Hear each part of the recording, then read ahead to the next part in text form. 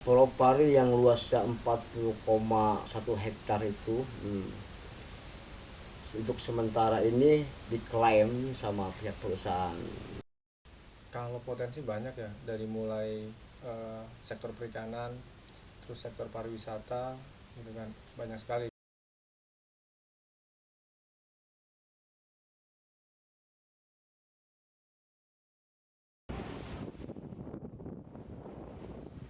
Suara terdengar bergemuruh. Mata sekejap melirik langit jatuh ke depan.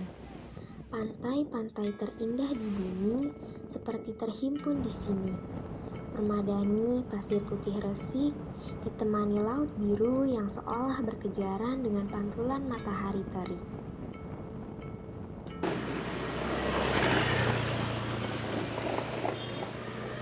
Menjadi salah satu kawasan berpenghuni di kawasan Kepulauan Seribu dengan luas kurang lebih 41,32 hektar, Pulau Pari menjadi salah satu pulau yang indah dan eksotis. Pantai pasir yang berair jernih dengan degradasi hijau biru yang memukau menjadikan Pulau Pari sebagai salah satu destinasi wisatawan. Dengan wisata unik berbasis masyarakat, menjadikan Pulau Pari pulau yang mandiri. Beragam aktivitas terjadi di pulau ini. Kini, hiruk-pikuk wisatawan mulai terdengar. Pantai indah yang semulanya kosong, kini mulai terlihat ramai. Ibu-ibu terlihat sibuk menyiapkan hidangan untuk wisatawan. Bapak-bapak sibuk menyiapkan kapalnya untuk mencari ikan. Terdengar pula sorak-sorai anak bermain. Betapa nyamannya pulau ini. Namun sayang, di balik itu semua, kemandirian itu mulai terjajah. Kenyamanan mereka mulai terancam. Pulau Pari terkecam. Pulau Pari terancam. Rasa was-was datang menghampiri tanpa kenal waktu. Mereka terintimidasi di tanahnya sendiri. Dengan terus berjuang tanpa kenal lelah, bersuara demi anak cucunya. Dan inilah potret Pulau Pari. Oke Pak. Oke. Boleh Pak untuk pertama kali kenalin nama, terus umur berapa, sama profesi, sama udah berapa lama Pak tinggal di Pulau Pari? Nama saya Mustafirin, panggilan sehari-harinya saya dipanggil Bobby. Nama saya Edi Mulyono, saya lahir tahun 1985. Saya generasi ke-6 yang tinggal di Pulau Pari. Nama saya Suryadi, saya generasi kelima di Pulau Pari. Saya kelahiran 1976. Saya juga sebagai RT di Pulau Pari, DRT 1 bagian timur sini. Profesi saya dari dulu sampai sekarang nelayan tradisional. Nah, eh, saya pengen tahu Pak, kira-kira kegiatan apa sih Pak yang rutin dilakukan oleh masyarakat Pulau Pari?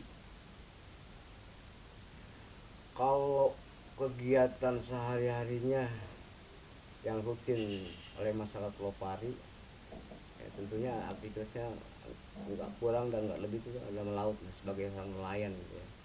Contohnya seperti saya, dari pagi kadang-kadang pulang sore, atau dari pagi pulang zuhur, setelah zuhur berangkat lagi sampai sore. Hampir rutin setiap hari, terkecuali kalau memang ada cuacanya yang udah nggak bersahabat, paling kita selalu standby di rumah. Setelah itu paling kita aktivitasnya berkumpul sama keluarga aja. Kalau emang ke laut lagi cuacanya nggak bisa untuk dijamah gitu. Eh, Ngomong soal Pulau Pari, kira-kira potensi apa sih Pak yang dimiliki oleh Pulau Pari itu sendiri? Kalau potensi banyak ya, dari mulai sektor perikanan, terus sektor pariwisata, gitu kan, banyak sekali. Contoh sektor perikanan itu, kita itu di sini tuh hampir rata-rata itu kita nelayan tradisional yang memanfaatkan laut dan ruang lautnya. Terus kita juga ada juga yang membudidayakan rumput laut dan budidaya kerapu. Jadi semua semua sektor kita pergunakan, termasuk nelayan tradisional yang kalau orang sini bilang itu nelayan tangkap dengan nggak menggunakan perahu tapi dengan berjalan kaki, itu juga masih banyak gitu ikan-ikan di sini. Saya melihat banyak nih Pak, selain sebagai nelayan ada juga yang sampingannya itu sebagai turis dan juga pariwisata. Nah, berkaitan sendiri bagaimana kemudian orang-orang sini atau masyarakat sini mengelola pariwisatanya Pak? Ya sejauh ini memang teman-teman ada yang selain nelayan juga untuk sampingannya itu mereka menjadi traveling ya. Traveling itu mendatangkan turis atau apa namanya wisatawan dari daerah luar bahkan sampai dari mancanegara gitu kan. Jadi untuk wisata yang ada di Pulau Pari itu alhamdulillah meskipun dari hasil swadaya masyarakat Pulau Pari itu sendiri cukup bisa diperhitungkan dan cukup untuk memajukan masyarakat itu sendiri dari segi ekonomi dan juga dari apa namanya sekolahnya gitu kan, untuk membangun masyarakat ya, alhamdulillah gitu, meskipun itu dari hasil wisata swadaya. Ngomong-ngomong soal pariwisata Pak, saya tertarik nih bagaimana cara masyarakat Pulau Bari untuk meningkatkan komoditas pariwisata di tengah gempuran pengelolaan oleh korporasi Pak. Nah, sebenarnya kita masyarakat ada cara sendiri ya, maksudnya kalau korporasi otomatis kan mereka mengelola pariwisata dengan modal yang besar gitu kan, tapi tidak melupakan gitu kerusakan yang dikerjakan oleh mereka gitu kan. Kalau korporasi itu rata-rata prinsipnya bagaimana caranya aku mengeluarkan modal besar dan aku mencari keuntungan sebesar-besarnya. Beda dengan masyarakat yang memang mengedepankan bagaimana masa depan pariwisata yang berbasis masyarakat agar pariwisatanya ini bisa diturunkan oleh anak dan cucunya gitu. Dalam konteks pariwisata yang dilakukan oleh masyarakat lebih menjaga kearifan lokal, lebih menjaga sektor sumber dayanya, terus juga membatasi ruang gerak pariwisata sendiri, karena kadang juga ada orang yang masyarakat yang mengelola pariwisatanya tapi tidak menggunakan konsep membatasi jumlah pengunjung. Kalau di Pulau Pari alhamdulillah kita semuanya membatasi jumlah pengunjung, dan keterbatasan tempat juga itu juga sangat berdampak gitu terhadap sektor pariwisata. Nah, ini menarik nih Pak, kan tadi sudah jelaskan bahwa masyarakat secara mandiri itu mengelola pariwisatanya. Namun ketika saya berjalan nih Pak di jalanan Pulau Pari itu ada tulisan mural ya Pak, yang menjelaskan bahwa ada Save Pulau Pari lah, atau permasalahan mengenai Pulau Pari, dan ketika saya lihat pun ada tulisan pengembang ini lagi sedang dibangun gitu. Nah sebenarnya pengen tahu nih Pak, sebenarnya update terakhir dari permasalahan itu seperti apa sih Pak? Nah, Pulau Pari yang luasnya 40,1 hektar itu untuk sementara ini diklaim sama pihak perusahaan PT Bumi Pari Asri. Jadi mereka mengklaim itu awalnya 100% bahwa Pulau Pari itu milik mereka. Padahal kami yang sudah hidup yang 5 generasi ini yang sudah hidup lebih dari sekian puluh tahun, bahkan sampai lebih dari 80 tahun itu tidak pernah menjual satu jengkal tanah pun. Dari situ mulai muncul kriminalisasi masyarakat. Di tahun 2015 aja ada 1 orang yang dikriminalisasi atas namanya Dipriyadi gitu kan, dan pada akhirnya dia divonis oleh pengadilan selama 6 bulan gitu kan. Terus di kasus yang kedua itu ada Pak Mustakbirin dan kawan-kawan, mereka dituduh awalnya dituduh pungli, akhirnya kasusnya berubah setelah masuk pengadilan. Kita juga kaget, tahu-tahu kasusnya itu 385 kalau nggak salah, pemerasan dengan ancaman kekerasan gitu kan. Nah di pengadilan itu mereka sebelum disidangkan mereka sudah di penjara, dan di pengadilan mereka divonis selama 6 tahun meskipun dia ditahan selama 7 bulan gitu kan. Tapi di tingkat bandingnya kita alhamdulillah dimenangkan, mereka tidak terbukti melakukan kekerasan dengan ancaman gitu kan. dan mereka divonis bebas dan tidak bersalah. Untuk kasus ketiga itu ada kasus Pak Sulaiman. Pak Sulaiman itu mengelola homestay, tapi bukan homestay dia, homestay orang lain yang dirawat oleh dia. Nah, dia itu dituduh 167, pasal 167 penyerobotan lahan milik orang lain gitu kan, dan subsidi 185 gitu kan. Nah, di persidangan, tapi bedanya Pak Sulaiman tidak di penjara tapi langsung disidangkan karena P21. Nah, alhamdulillah di Pengadilan Negeri Jakarta Utara beliau dinyatakan tidak bersalah dan tidak terbukti melakukan hal yang dituduhkan oleh jaksa dan kepolisian. Sejauh ini Pak sebagai PRT, kira-kira bagaimana sih Pak kondisi warga saat ini gitu Pak?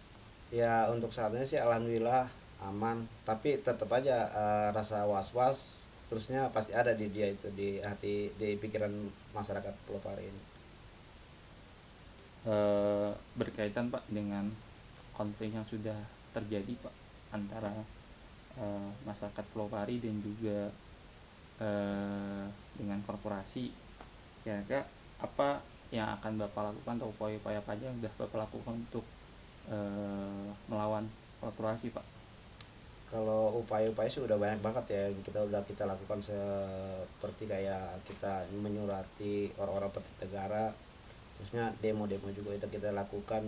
Sejauh ini Pak terkait konflik antara masyarakat dan juga pihak korporasi, bagaimana sikap dari pemerintah setempat terhadap penyelesaian ini maupun dari Pemprov DKI Jakarta Pak? Saya berjuang untuk mencari keadilan itu sudah, mungkin cuma nggak tempat malaikat aja kali yang nggak saya paranin ya, nggak saya samper gitu. Semua sudah saya satolin, termasuk juga ombudsman yang sudah pernah kami samperin, dan kami melaporkan bahwa ada beberapa sertifikat SHM dan SHGB yang kami juga istilahnya di situ nggak terima gitu dengan munculnya sertifikat dan SHGB yang muncul pada tahun 2015. Dan waktu itu juga Ombudsman Jakarta Raya melakukan investigasi ke Pulau Pari yang tahun 2019 itu keluarlah LAHP, lanjutan hasil pemeriksaan. Ternyata surat hak milik mereka dan surat hak guna bangunan mereka itu maladministrasi. Kami juga nggak tahu ujuk-ujuk tahun 2015 itu kok timbul sertifikat itu kan, jadi nggak terima gitu. Dan sampai saat ini tetap kami masih memperjuangkan tanah kelahiran kami.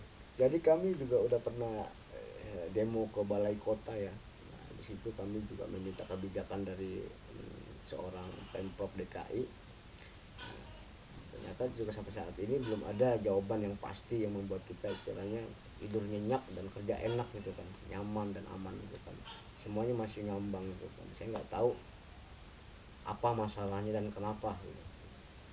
Padahal sudah jelas kami ini nggak jauh dari Jakarta, di depan Jakarta. Mereka bisa lihat kami, bisa dengar kami secara langsung. Kalau dilihat apa sih titik terangnya? Sebenarnya titik terangnya itu ada di tangan pemerintah gitu ya. Kalau pemerintahnya pro terhadap masyarakat gitu, apalagi ketimpangan sosial, ketimpangan penguasaan tanah, makanya aku kadang-kadang agak merasa aneh ketika pemerintah menggaungkan ada reforma agraria gitu kan. Mereka penyelesaian konflik yang dialami oleh masyarakat, tapi penyelesaian konflik yang mana yang diselesaikan gitu. Kasus Pulau Pari ini sebenarnya bukan kasus baru tapi kasus lama gitu. Aku sendiri sudah bertemu sama pemerintah tertinggi di negara aku sendiri gitu kan ya, tapi sampai saat ini belum ada respon atau respect yang menurutku membantu masyarakat yang ada di sini. Terus kalau boleh tahu Pak, rencana terdekat Pak terkait perlawanan ini apa sih Pak? Rencana terdekat itu? Rencana sih kita gimana ya, mempersatukan masyarakat ini, tetap melawan gitu. Yang intinya sih biar supaya cepat-cepat bebas lah dari perusahaan itu. Terakhir nih Pak, kira-kira apa sih Pak harapan Bapak terhadap konflik ini? Apakah kemudian mereka pergi dari sini atau ada sesuatu yang ingin mungkin Bapak tawarkan? Aku berharap gini ya, biarkan kami yang tinggal di Pulau Pari ini mengelola pulaunya sendiri, gitu kan, tanpa ada campur tangan korporasi. Dan harusnya juga pemerintah bisa melihat bahwa masyarakat Pulau Pari itu ada hampir 430 kepala keluarga yang membutuhkan lahan untuk tempat tinggal, membutuhkan lahan untuk berkebun dan lain-lain. Dengan lahan yang hanya 42 hektar ini mestinya nggak perlu direbutkan oleh korporasi gitu. Harapan saya sih dengan korporasi itu biar cepet lah gitu iklan kaki dari Pulau Pari. Biarkan kita di Pulau Pari hidup tentram damai bersama anak cucu kita dan generasi seterusnya di Pulau Pari ini. Harapan masyarakat simpel, berilah ruang kami hidup dan ruang kami kelola. Biarkan kami di sini hidup sejahtera dengan sumber daya alam yang cukup melimpah di tanah kelahiran kami gitu kan. Dan juga berikan kami ruang untuk mengelola ini. Berikan kami kesempatan dan waktu untuk membuktikan bahwa kami masyarakat nelayan mampu untuk mengelola dan membuatnya jadi hal yang bermanfaat untuk orang banyak. Jadi biarkan kami bersaing gitu secara sehat itu kan, jangan cuma kok yang tadi saya bilang cuma korporasi, kami pun bisa untuk untuk membangun negeri kami ini. Ya, saya Mustafirin, warga Pulau Pari yang saat ini dipercaya menjadi ketua EP3 Forum Peduli Pari, mewakili masyarakat Pulau Pari. Selamat Hari Nelayan untuk seluruh Indonesia. Terus jaga laut kita karena laut adalah sumber segala-galanya buat nelayan. Hidup nelayan nasional, hidup nelayan tradisional. Saya mengucapkan selamat Hari Nelayan Nasional bagi yang merayakan, terutama nelayan seluruh Indonesia gitu kan. Saya berharap di Hari Nelayan ini kita semua pejuang protein seluruh Indonesia gitu mendapatkan dukungan dari pemerintah bahwa tanpa ada nelayan tidak ada orang yang bisa makan ikan. Saya mengucapkan selamat Hari Nelayan Nasional. Semoga jaya nelayan seluruh di Indonesia. Ini hanyalah potret singkat dari Pulau Pari, namun memiliki pesan yang begitu mendalam. Masyarakat yang begitu hangat terhadap alamnya memberikan makna yang kuat akan sebuah tanggung jawab sekelompok manusia terhadap lingkungannya, mengajarkan arti perjuangan yang memberikan pesan tersendiri tentang betapa cintanya mereka terhadap masa depan Indonesia. Tidak banyak yang kami inginkan, hanya jawaban ujung cerita bahagiamu yang kami tunggu.